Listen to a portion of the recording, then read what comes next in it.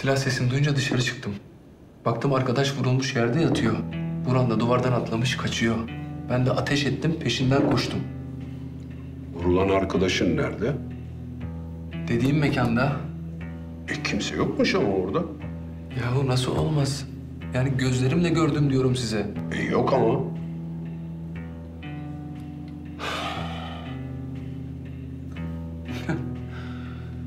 Ya biri görmese biri duymuştur. İki el silah atıldı orada.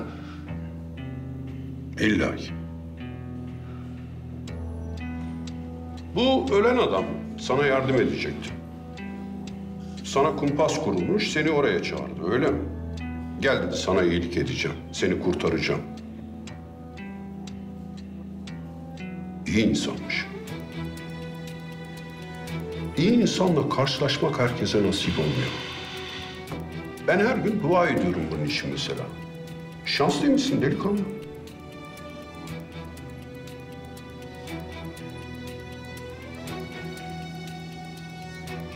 Niye sustun? Anlattım size bunları ama ben kaç defa.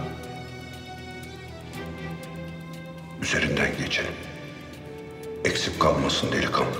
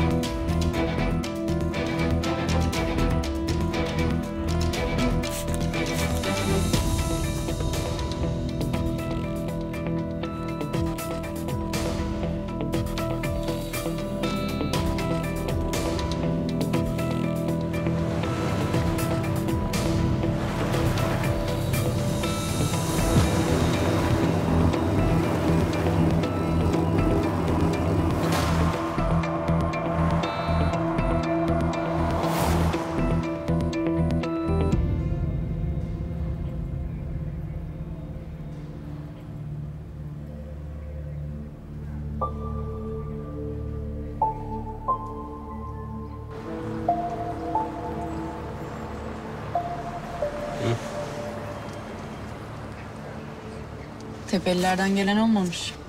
Ya ne gelecekler? Dün bir, bugün iki. Ben yine de Cihangir'in geleceğini düşünmüştüm.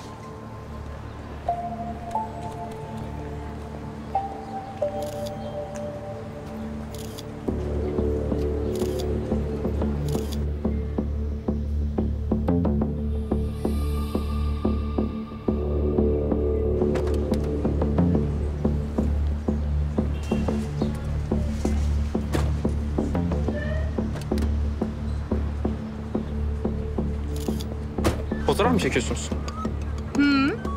Kendimi çekiyordum selfie şeyinden. Bekleme yapmayın. Devam edin lütfen. Tabii. Kolay gelsin. Sağ ol.